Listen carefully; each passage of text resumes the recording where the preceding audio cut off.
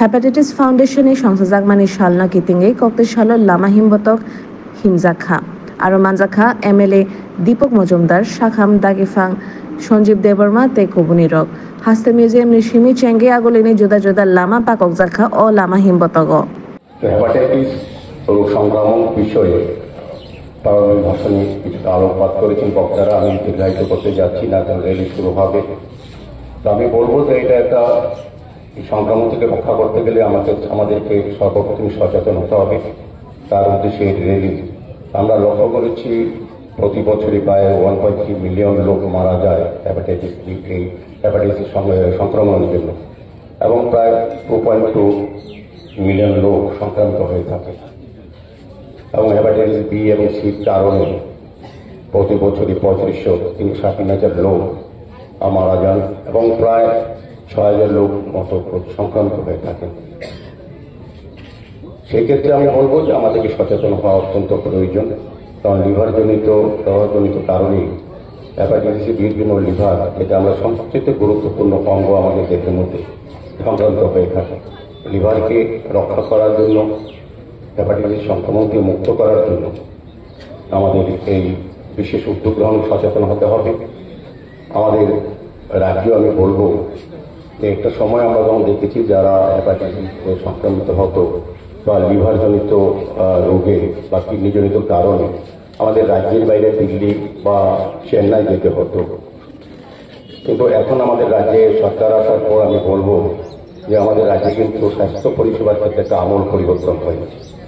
এখন জটিল রোগের অপারেশনও এই রাজ্যে সংগঠিত হয়, এবং লিভার, কিডনি প্রতিস্থাপন করার জন্য কিন্তু আমাদের পরিকাঠামো তৈরি করা হচ্ছে আমাদের সরকারের তরফ থেকে, স্বাস্থ্য তরফ থেকে। এখন আর বাইরে রোগীদের সমস্ত যেতে হয় না, এখানে কিন্তু অনেক জটিল অপারেশন হয়। আমি বলবো সেক্ষেত্রে আমাদের সরকারি দৃষ্টিভঙ্গি, স্বাস্থ্য দপ্তরের যারা দায়িত্বে আছেন তাদের আন্তরিক প্রচেষ্টা এটা পরিবর্তন সম্ভব হয়েছে। কারণ আজকে যারা প্রতিভাবরা বা যারা ডাক্তারবাবুরা আছেন তারা আগেও ছিলেন রাজ্যে, কিন্তু পরিকাঠামোগত দুর্বলতার কারণে হোক বা কোনো সুযোগ না পাওয়ার কারণে হোক এই রাজ্যের চিকিৎসকেরা গুণ থাকতো, সমস্ত গুণাবলী থাকতো, তাদের এই বড় বড় চিকিৎসাগুলি করতে পারতেন না। আমাদের সরকার আসার পর পরিবহনের মতো স্বাস্থ্য দপ্তরে অনেক উন্নত হওয়ায় আজকে কিন্তু এই চিকিৎসাগুলি এই রাজ্যে হচ্ছে। আমরা যারা এই সংক্রমিত হচ্ছি এই রাজ্যে রোগীরা, তারা কিন্তু সুযোগ পাচ্ছে। আমার বিশ্বাস থাকবে আজকের র্যালির মাধ্যমে আমরা যে বার্তা দেবো, মানুষ আমরা সচেতন হব, সতর্ক হব, এবং আমরা এই রোগ থেকে যাতে দূরে থাকতে পারি এবং সরকারি সুযোগগুলি গ্রহণ করি রাজ্যে আমরা চিকিৎসা পেতে পারি, সেই ব্যবস্থা করা হবে এবং সেটা আমরা নেব।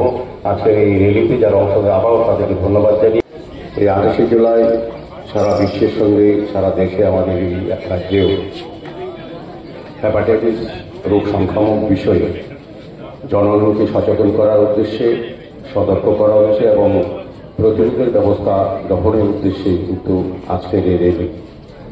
এই র্যালিতে আমাদের মধ্যে উপস্থিত আছেন আমাদের পশ্চিম ত্রিপুরা সভাধিপতি, জেলা সভাধিপতি শ্রী হরিদুল্লাহ ভাসী মহোদয়, আমাদের আগরতলা পৌরনগরের আমার সাথী কর্পোরেটর শ্রীমতী বনমুক্তা প্রজাপতি মহোদয়া, এই সংস্থার মাননীয় সভাপতি এম.এল. ভৌমিক মহোদয়, এবং আমাদের ত্রিপুরা রাজ্য সরকারের স্বাস্থ্য অধিদপ্তর ডক্টর সঞ্জীব দেববর্মা মহোদয় সহ বিশিষ্ট চিকিৎসক, প্রদীপ, এবং যারা আজকের এই র্যালিতে অংশগ্রহণ করেছেন, বিভিন্ন সংস্থা, ব্যক্তি, প্রতিষ্ঠান, এবং সর্বোপরি Tripura hepatitis foundation of Tripura যারা সম্মানীয় সদস্যগণ আছেন এবং উপস্থিত সাংবাদিক বন্ধুরা, প্রত্যেক